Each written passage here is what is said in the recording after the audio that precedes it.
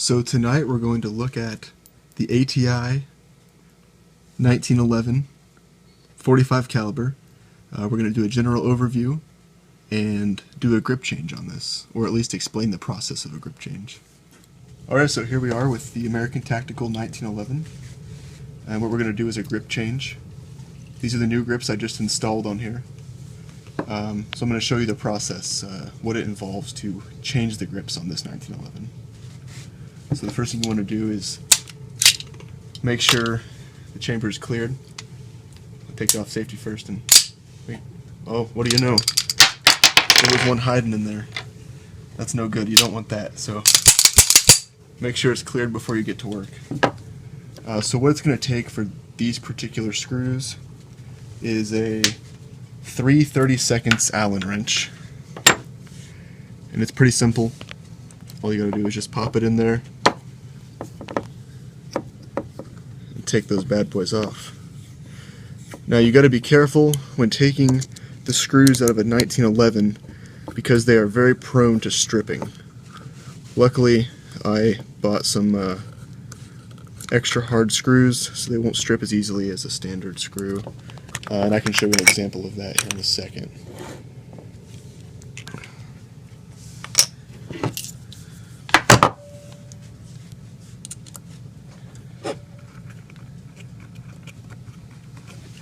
They come out pretty easily, and I noticed on one of these the bushing came out with it, and there's an interesting fact about the bushing there.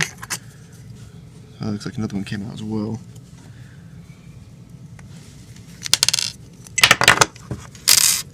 So here are these wooden grips that I purchased to put on the 1911. They're Triceratops brand, and I think they look pretty nice. The grips that came on this 1911 when I bought it were these rubber grips. I bought the gun used for around $360 minus a trade-in, and I didn't like the look of these rubber grips because the wooden grip is just more of a classic look for this gun. So let's go ahead and explain what happened here. So these rubber grips required a flathead screwdriver, and as you may be able to see on some of these screws that they were the head was slightly stripped out, and also the inside. Some of the threads were also stripped on here as well in the process of removing it. And whenever I purchased the new grips and screws for this pistol, I had to get these bushings. I think the rubber grip may have already came with bushings installed, but they did not come out of the grip at all, so I had to get some new bushings so that they would fit in here. And so all you do is install the bushing. It fits really nicely, and then the grip will just slide right on top of the bushing there. It should fit right into the hole on the grip. And since the bushing came out with this one here, it all should just go in as one piece.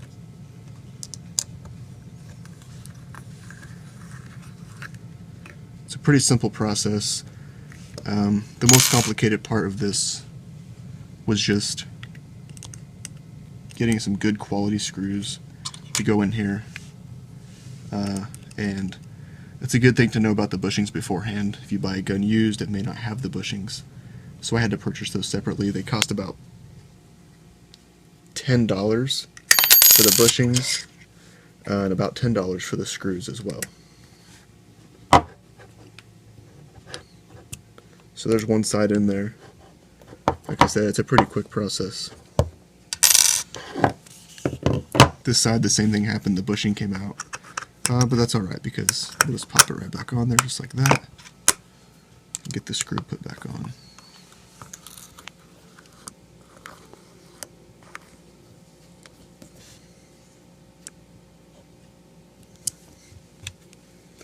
The reason I like these wooden grips, I think it makes the gun look more classic, and it also makes the gun look a little more expensive. The ATI version, it's kind of a budget 1911, but with these wooden grips on it, they're really nice, and it makes the gun look a lot nicer as well. And I'd say it also makes the gun shoot nicer. Wish that were true. but the gun actually shoots pretty well. And so there it is with the grip change. Very easy process, and as you can see, it looks much better with the wooden grips on there.